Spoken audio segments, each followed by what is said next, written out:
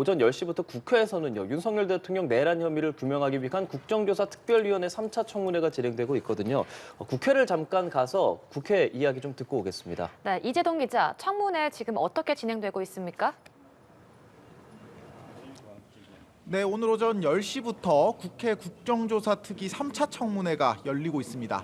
오늘 청문회에는 한덕수 국무총리와 최상목 대통령 권한대행, 그리고 정진석 대통령실 비서실장 등이 증인으로 출석했는데요.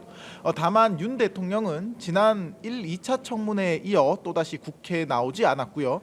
김용현 전 국방장관, 여인영 전 방첩사령관, 노상원 문상호 전 정보사령관도 불출석했습니다.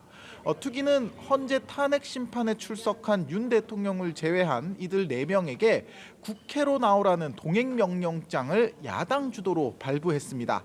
본격적인 질의가 시작되자 야당은 윤 대통령이 계엄 선포 직전 전했다는 예비비 쪽지 등에 관해 추궁했는데요.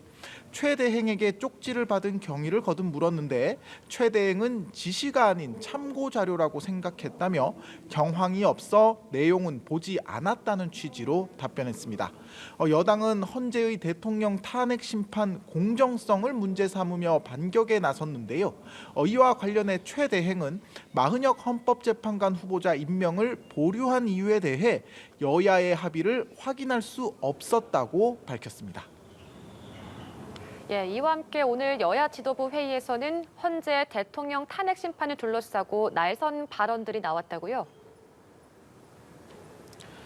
네, 국민의힘은 국회 국민동의청원에 접수된 문영배 헌재소장 권한대행 탄핵 청원안이 이틀 만에 5만 명 동의를 넘긴 점을 부각했습니다.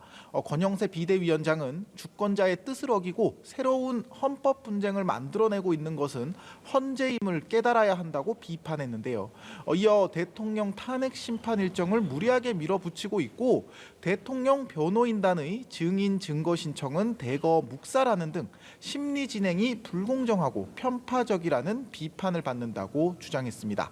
아울러 헌재가 한덕수 총리에 대한 탄핵 심판을 더디게 진행하는 반면 마흔혁 재판관 후보자 임명과 관련한 심리는 서두른다고도 지적했습니다.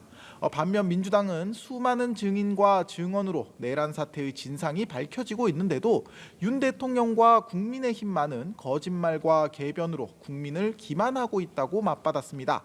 박찬대 원내대표는 헌법재판관을 색깔론으로 위협하고 극우 폭동을 선동하는 것도 모자라 국정조사에 나온 증인에게 민주당에 회유당했다고 협박하는 등 망동을 일삼고 있다고 비판했습니다. 최근 발표된 경찰 고위직 인사를 겨냥해서도 고위직 승진 인사 4명 가운데 3명이 이른바 용산 출신이라며 최상목 권한대행의 노골적 내란 수사 방해가 아닌지 의심스럽다고 주장했습니다. 지금까지 국회에서 전해드렸습니다.